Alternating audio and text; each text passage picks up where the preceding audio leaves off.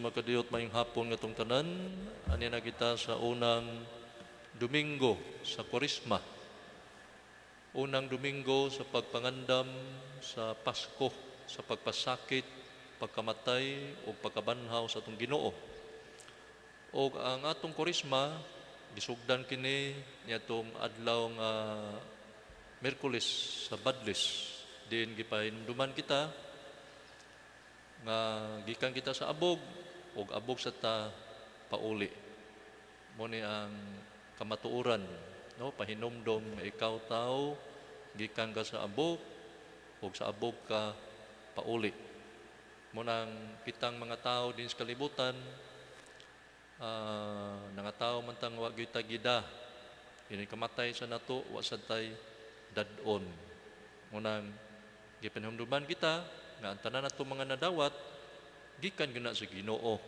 Atong kinabuhi, ang atong kalibutan, bisan ang hangin atong gihanggab, ang mga pagkaon, mga sudan, tanan, maayong panahon, maayong relasyon, maayong tanan mga grasya, no? Atong pakpakan ng Ginoo kay siya maayo, no?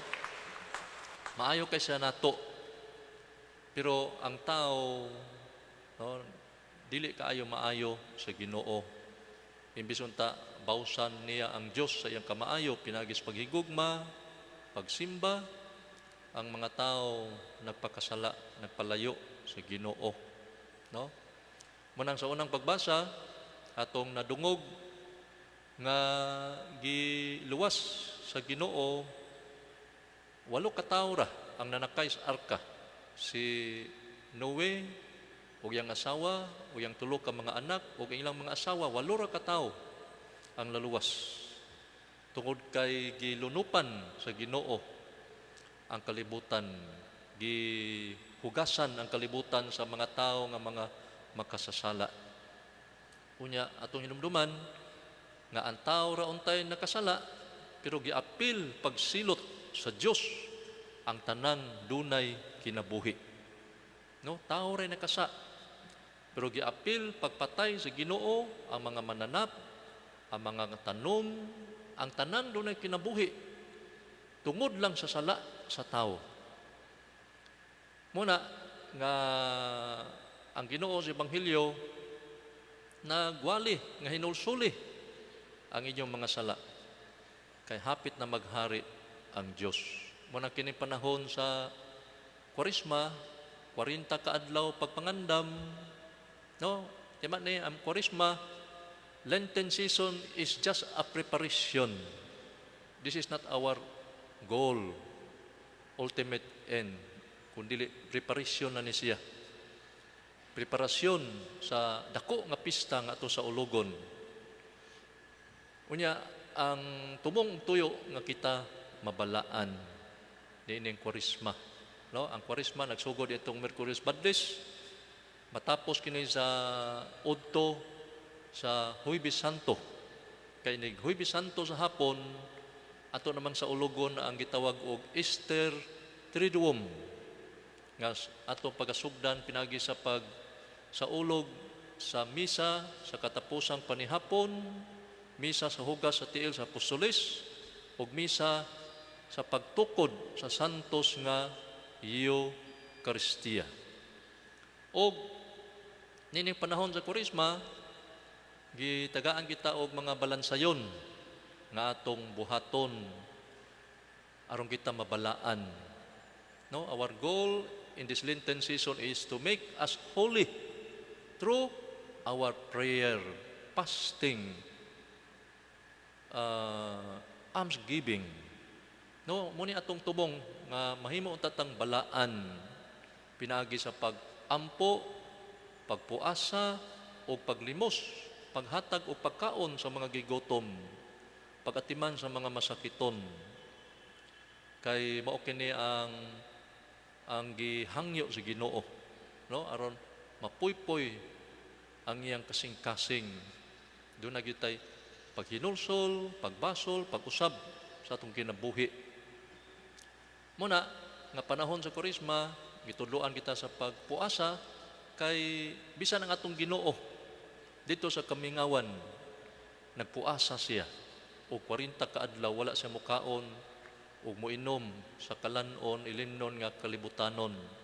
Bisan si Moises sa dihang niatubang sa Ginoo dito sa bukid sa Sinai, wala siya mukaon, nagpuasa siya sulod sa 40 ka adlaw o 40 ka gabi. Ang mga taga Ninibe sa dihang giwalihan ni Propeta Jonas nga laglagon ang Ninibe tungod kay nakasala sila sa Ginoo. Kung sa gibuhat sa mga tao, sila nagbasol, naghinulsol, ug nagpuasa. Ug wala ipadayon sa Dios ayang nahunahunaan nga silot nga ipahamtang unta kanila. Tungod kay sila nagpuasa, nagampo. Si Hari David, sa dihang nakasala siya sa Ginoo, nagbasol siya, nagbutang sa abo siyang ug nagpuasa siya. Ug ayang mga ginsakpan iya sang gipapuasa. Ug nakapahimuot sa Ginoo. No, gipasaylo sa Ginoo. Muna yung kining pagpuasa, usap kini kabuhat nga makatabang paglig-on sa atong kalag, makapalikay sa mga silot, mga katalagman nga ipahamtang unta sa Dios sa tao nga nakasala. Ug ikaduhang epekto sa pagpuasa nga malig-on ang atong espiritu ug makabuntog kita sa mga tentasyon. Pero hinumdumi nga kining yawa mutintal, pero ang Ginoo musulay.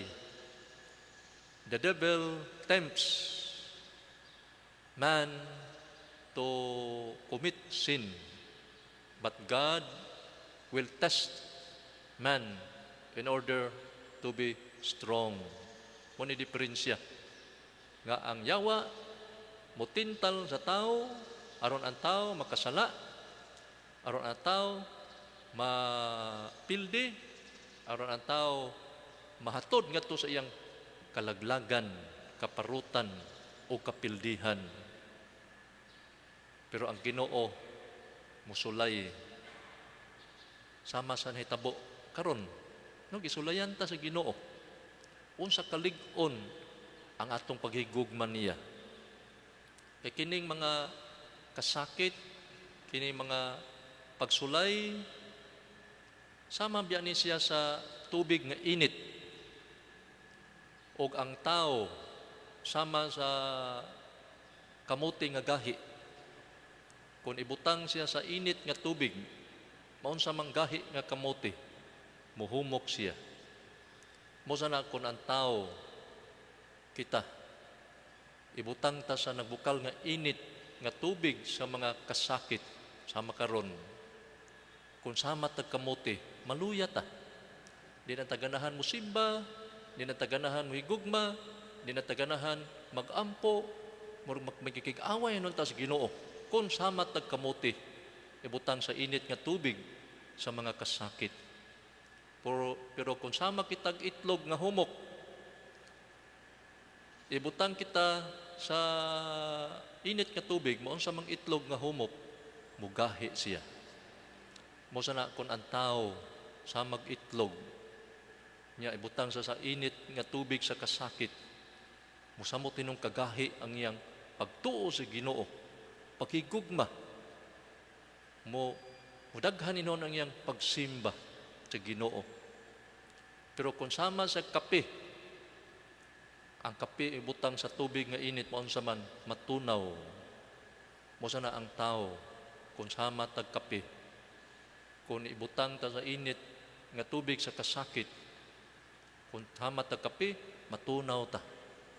Manang uban maghikog na, kadaghang naghikog rong panahon na pandemya, kay nasipok ng wa na sila kasabot ni kinabuhi murag natunaw sila, wa na sila rason nganong magpakabuhi pa.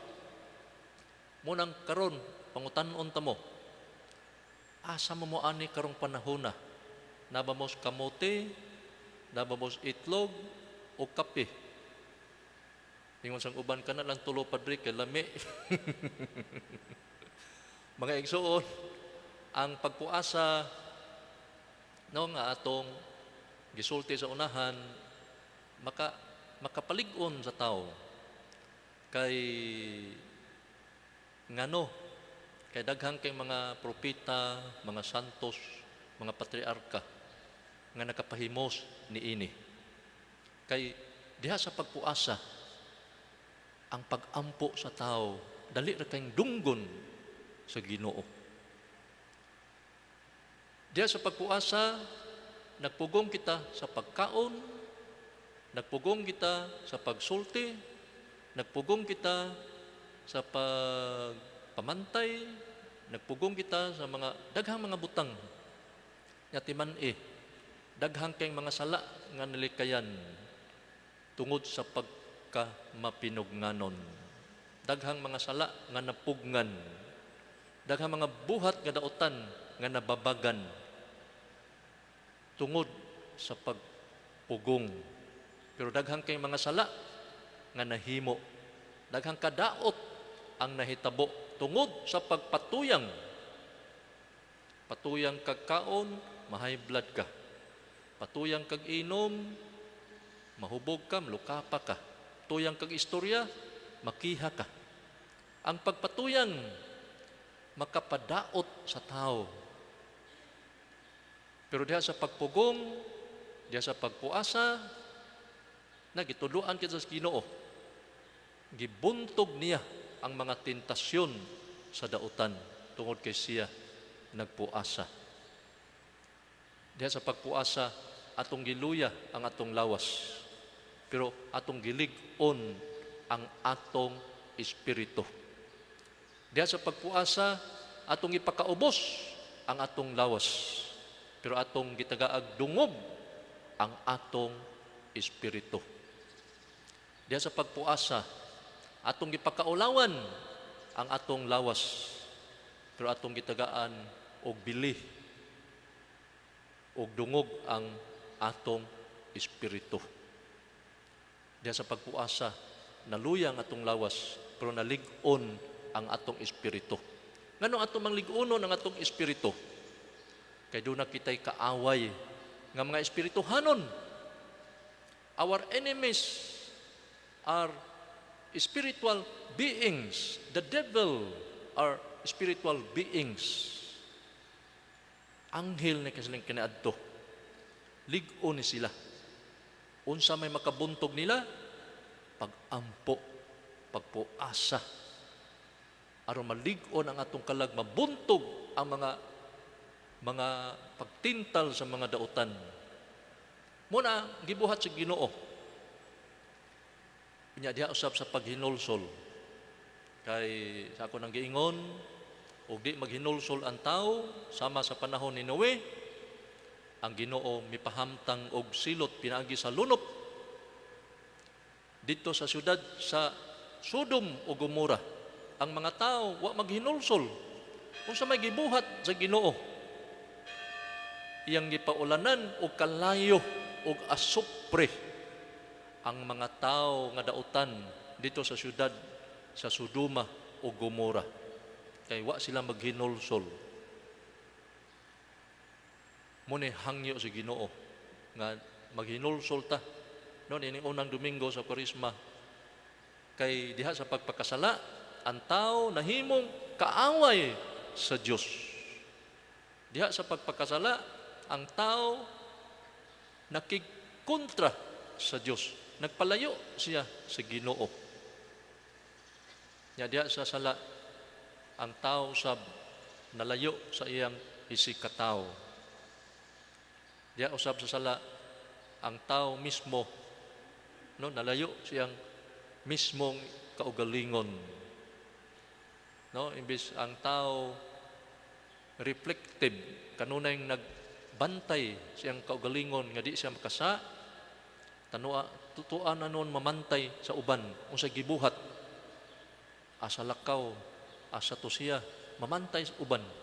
Ibig sunta, ang kaugalingon mo'y bantayan, nga di ta makasa, di ta makasultig dautan, di ta makapasakit sa uban.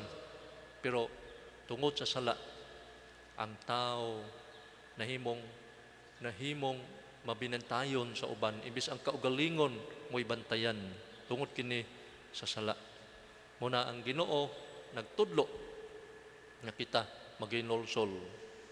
Nga sa katapusan ining Korisma gipanghinaot nga aron kita mabalaan atong pamalandungan ang gibuhat sa Ginoo, ang iyang pagpasakit, iyang pagpakamatay ug pagkabanhaw. Dili tungod niya, kundi tungod kanato. Diha bitayo usa ka bata nga nagsigig duwa, dagandagan sa sala, dagandagan dito sa kusina, sige dagandagan nangabuak bitang mga plato o baso nga mahalon kaayo.